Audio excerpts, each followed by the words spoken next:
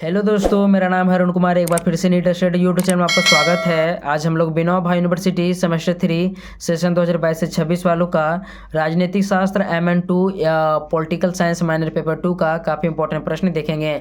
इसके अलावा आप किसी भी यूनिवर्सिटी से हैं, यदि आप NEP के तहत सेमेस्टर 3 में हैं और आपका सब्जेक्ट पॉलिटिकल साइंस माइनर है तो आज का वीडियो आपके लिए बहुत हेल्पफुल होगा।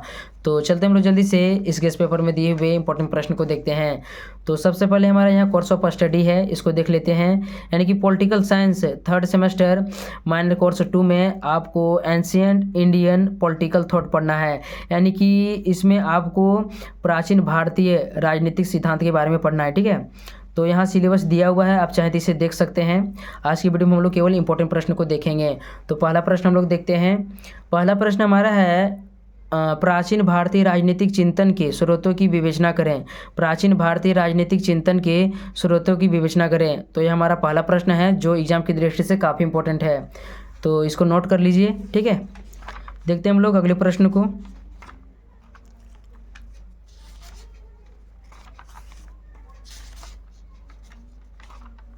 तो अगला प्रश्न हमारा दिया हुआ है, प्राचीन भारतीय चिंतन की प्रमुख विशेषताओं की व्याख्या करें।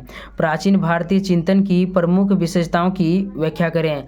तो यह भी इम्पोर्टेंट है, इसको देख लीजिए। ठीक, देखते हैं हम लोग अगले प्रश्न को। अगला प्रश्न हमारा है, वैदिक कालीन राज्य की सप्तांक सिद्धांत का वर्णन करें। वैदिक कालीन राज्य के सप्तांक सिद्धांत का वर्णन करें। ठीक, इसको देख लीजिए, इम्पोर्टेंट प्रश्न है।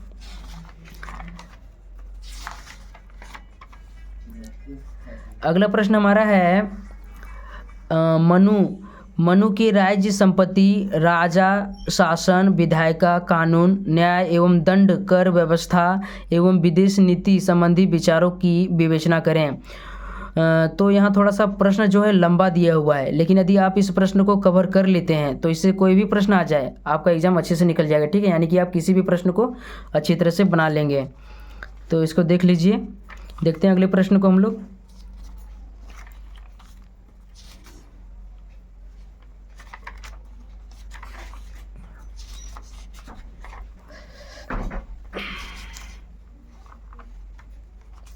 तो अगला प्रश्न हमारा है, बौद्ध राजनीतिक चिंतन की व्याख्या करें। बौद्ध राजनीतिक चिंतन की व्याख्या करें। तो यह भी इम्पोर्टेंट प्रश्न है।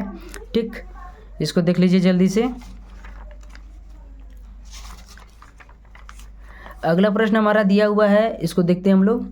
अगला प्रश्न हमारा है, जैन राजनीतिक चिंतन की व्याख्या करें। जैन राजनीतिक चिंतन की व्याख्या करें। तो आपके एग्जाम में बौद्ध चिंतन या जैन राजनीतिक चिंतन दोनों में से एक प्रश्न रहेगा। ठीक है, तो इसमें ज़्यादा प्रश्न नहीं है, लेकिन सभी प्रश्न इंपॉर्टेंट है। ठीक है, देखते हैं अगला प्रश्न हम लोग। अगला प्रश्न हमारा है, कौटिल्य के सप्तांक सिद्धांत का वर्णन करें। कौटिल्य के सप्तांक सिद्धांत का वर्णन करें। तो यह भी इम्पोर्टेंट है, इसको देख लीजिए जल्दी से।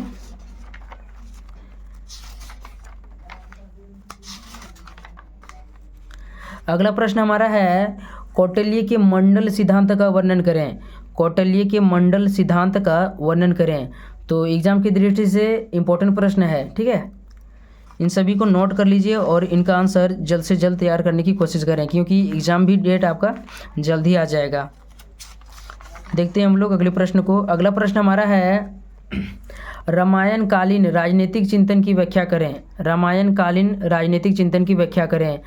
तो रामायण के समय में मतलब किस प्रकार से जो राजनीतिक व्यवस्था होती थी उसके बारे में आपको बताना है। ठीक, तो इसको देख लीजिए। अगला प्रश्न हमारा है, महाभारत कालीन राजनीतिक चिंतन की व्याख्या करें। महाभारत कालीन राजनीतिक चिंतन की व्याख्या करें। तो इसको भी देख लीजिए। ठीक, तो यही हमारा आखिरी प्रश्न था, महाभारत कालीन राजनीतिक चिंतन की व्याख्या। तो इस गेस्ट पेपर में मतलब बहुत ही कम प्रश्न दिया हुआ है। यदि इन सभी प्रश्नों को आप अच्छी तरह से पढ़ लेते हैं तो आप एग्जाम की तैयारी अच्छे से कर लेंगे। ठीक है, यानी कि आपका एग्जाम अच्छे से निकल जाएगा। आशा करते हैं वीडियो अच्छा लगा होगा। तो चैनल में नहीं तो चैनल को सब्सक्राइब कर लीजिए ताकि आगे भी आपको हेल्प मिल सके। तो मिलते हैं नेक्स्ट वीडियो में, तब तक के लिए धन्यवाद।